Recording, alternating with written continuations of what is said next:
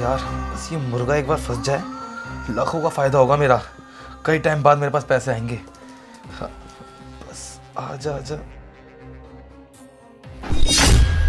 तू यहाँ क्या कर रही है? साहब जी वो कमरे की सफाई करने आई हूँ। तो मैं कितनी बार बता चुका हूँ, जहाँ मैं काम कर रहा होता हूँ तो तेरे को वहां पर आना नहीं है। साहब जी कमरा बहुत गंदा हो रहा था तो सोचा कि सफाई कर दूं पहले इस कमरे की। अरे गंदा हो रहा होगा तो होने दे। अरे इतना बड़ा घर है, कहीं और जाके सफाई कर ले। अरे किचन के बर्तन धो ले। तेरे को बस यहीं पर ही आना है, यहीं पर ही भटकना है। और तेरे को पता नहीं है, इतना बड़ा मैंने बोर्ड लगा रखा, डू नॉट डिस्टर्ब। अरे मैं भी किस अनपढ़ से बात कर रहा हूँ जिसको पढ़ना नहीं आता। पता है क्या होता है उसका मतलब? मुझे परेशान मत करना। और तू हरदम मुझे परेशान करने आ जाती है। सॉरी साहब जी गलती हो गई। सॉरी साहब जी, दो शब्द बस इंग्लिश के सीख लिए, ये अंग्रेज बन गए। देख ऐसा है ना, जहां मैं काम कर रहा होता हूँ मुझे डिस्टर्ब मत करा कर, मेरा दिमाग मत खराब करा कर। तू जाके अपना कहीं और जाके काम कर। ठीक है साहब जी। और सुन, जाते हो ना दरवाजा बंद करते हुए जा। जी। गेट बंद करती हुई जाइयो। जी जी साहब जी, हर वक्त मेरे सर पे खड़ी रहेगी, मंडराती रहेगी। इसके चक्कर में एक क्लाइंट भी चला गया, हो गया मेरा लाखों का नुकसान। जब से ये आई है ना तब से मेरा घाटा ही होता जा रहा है, कुछ कमा ही नहीं पा रहा हूं मैं। मनुष्य कहीं की किस मनुष्य घड़ी में मैंने इसको रख लिया। दिमाग खराब हो गया है।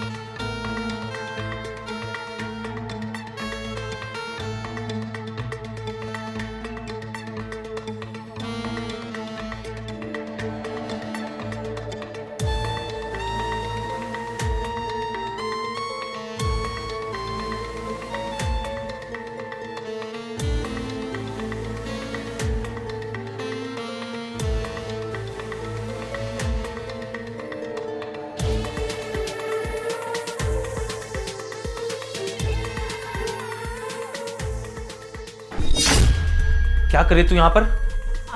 साहब जी सफाई कर रही थी।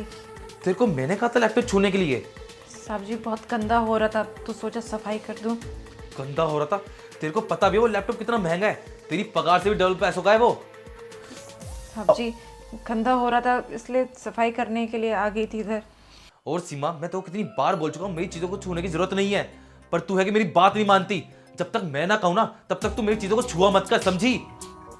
ठीक है साहब जी माफ कर दीजिए। अरे तू पागल है क्या? अभी भी बैठी हुई है, मेरी बातें सुन रही है।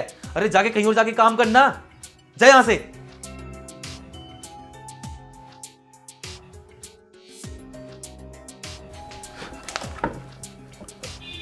इसने कुछ देखा तो नहीं मेरे लैपटॉप में?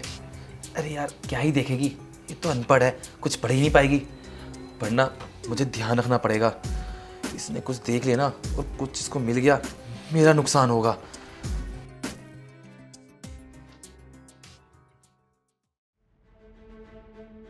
अबे यार, ये क्लाइंट भी हाथ से चला गया। इतनी अच्छी डील थी लाखों की, ये भी चली गई। क्या हो गया मेरे को? पूरे एक हफ्ते से ना मेरा लॉस पे लॉस होता जा रहा है। मुझे लगता है ना ये सब ना इसकी वजह से हो रहा है। पता नहीं किस मनुष्यत घड़ी में मैंने इसको रख लिया। जब से आई है ना, जब से इसके कदम मेरे घर में पड़े हैं, तब से मेरा घाटा ही हो रहा है। अरे यार जितना कमाया था मैंने वो सारा चला गया है, कुछ भी नहीं बच रहा मेरे पास।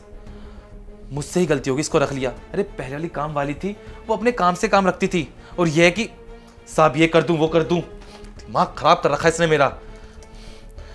छोड़ यार, कुछ और करता हूं मैं।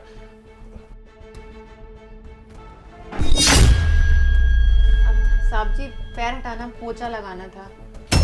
लगता है तू ऐसे नहीं मानेगी। आज तेरे को मैं सबक सिखा के ही मानता हूं। तू ना खड़ी हो, खड़ी हो। क्या हुआ साहब? देखो मैं इतनी बार बोल चुका हूं मेरी चीजों से दूर रहकर, जहां मैं काम कर रहा होता हूं वहां मत भटका कर, पर तू है कि मानती नहीं है। तू ऐसे नहीं समझेगी। आज तेरे को मैं बताऊंगा, जाहिल गवार bloody illiterate. I am not bloody illiterate, I am an IPS officer Devika Chaudhary. अरे तो कुछ भी बोलेगी, मैं तेरी बात पे यकीन कर लूंगा। आई बड़ी आईपीएस ऑफिसर। मुझे पता था कि तू मेरी बात पे यकीन नहीं करेगा।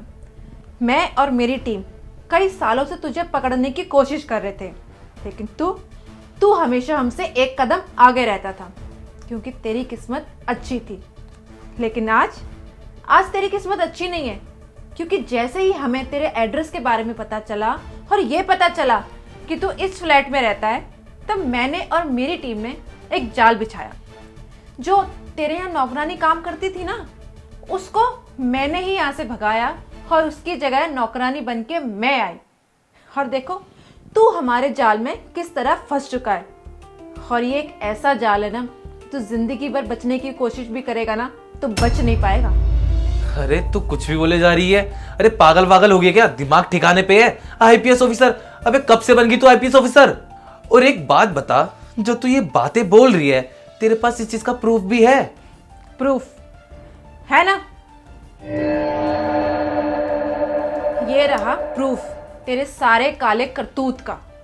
तुझे पता है, जब मैं लैपटॉप की सफाई कर रही थी तो मैं लैपटॉप की सफाई नहीं कर रही थी, लैपटॉप के अंदर जो तेरा डेटा था ना, तेरे सारे काले करतूत, मैं उसकी सफाई कर रही थी। और इसके अंदर जो भी डेटा है ना, वो मैंने अपनी टीम को भेज दिया है और हेडक्वार्टर भी भेज दिया है। मेरी सारी टीम तेरा नीचे इंतजार कर रही है तुझे ससुराल ले जाने के लिए। अरे मैडम, शायद आप गलत समझ रही हैं। मैं एक स्टूडेंट हूँ और छोटा मोटा बिजनेस करता हूँ बस बकवास बंद कर। मुझे पता है कि तू क्या बिजनेस करता है और क्या नहीं करता। अरे दिखने में अच्छा खासा है, इंजीनियर है, कहीं जाके नौकरी कर सकता था, अच्छे खासे पैसे कमा सकता था, लेकिन नहीं, मेहनत तो करनी नहीं है ना तुम जैसे नौजवान लड़कों को। तुम्हें तो बस गलत रास्तों पे जाना है, तुम्हें तो बस शॉर्टकट अपनाना है, क्योंकि तुम्हें लगता है लंबे रास्ते से कौन जाएगा, जरा से 4 पैसे मिलेंगे उससे मेरा गुजारा होगा ही क्या। तब तुमने शॉर्टकट अपनाया, तुमने लोगों को लूटना शुरू किया, तुमने लोगों की फीलिंग के साथ खेलना शुरू किया। और ये जो तूने ऑनलाइन फ्रॉड का काला धंधा खोला है ना, इसको तो मैं आज बंद करवा के रहूंगी, क्योंकि तुम जैसे लोगों को ना किसी इंसान की फीलिंग की कोई कदर नहीं होती है। अरे लोग दिन रात मेहनत करके पैसे कमाते हैं, लेकिन तेरे बात समझ में नहीं आएगी। तूने कभी ये सोचा है, किसी बाप ने अपनी बेटी के लिए दहेज इकट्ठा किया होगा, किसी बेटे ने अपने माँ बाप के लिए इलाज के लिए पैसे इकट्ठा किया होगा, किसी माँ बाप ने अपने बच्चे को बाहर भेजने के लिए पैसा इकट्ठा किया होगा, किसी पति ने अपनी पत्नी के इलाज के लिए पैसा इकट्ठा किया होगा। लेकिन ये बातें तेरे समझ में नहीं आएगी, क्योंकि तेरे अंदर की इंसानियत तो मर चुकी है, क्योंकि तेरे अंदर हैवान जाग चुका है। तुझे किसी की फीलिंग की कोई कदर नहीं है, क्योंकि ये ऑनलाइन फ्रॉड ना कभी तेरे साथ नहीं हुआ, तेरी बहन के साथ नहीं हुआ, तेरे माँ बाप के साथ नहीं हुआ। क्या तूने कभी ये सोचा है कि तूने अपनी बहन के दहेज के लिए पैसे इकट्ठा किए हो और किसी ने तेरे साथ ऑनलाइन फ्रॉड करके वो पैसे तुझसे लूट लिए हो, लेकिन तू उस फीलिंग की कभी कदर कर ही नहीं सकता, क्योंकि तुझ जैसे इंसान कोई अच्छा काम कर ही नहीं सकते। अरे मैं कह भी किससे रही हूँ, तेरे दिमाग में तो भूसा भरा हुआ है, मेरी कोई भी बात ना तेरे दिमाग में घुसेगी नहीं, क्योंकि ये तेरे पे नहीं बीती। अरे एक मजदूर इंसान दिन रात मजदूरी करता है, तब जाके उसे 4 पैसे मिलते हैं और उन 4 पैसों से वो खाना खाता है। तूने उनके मुंह से वो निवाला भी छीन लिया, तो तुझे करते हुए शर्म नहीं आई? अरे तुम ये सब कर कैसे लेते हो? तुम्हारे अंदर की इंसानियत पूरी की पूरी तरह मर चुकी है। बस तुम्हें तो बस पैसे लूटने में मजा आता है, तुम्हें तो अय्याशी करनी है, घूमना है, फिरना है, पार्टी करनी है, किसी की फीलिंग से कोई मतलब नहीं। कोई जिए कोई मरे, किसने कैसे पैसे जमा किए कैसे पैसे नहीं जमा किए, तुम्हें तो उससे कोई लेना देना ही नहीं है, क्योंकि तुम्हें तो अपना ऑनलाइन फ्रॉड का गोरख धंधा बस चालू रखना है, यही करना है।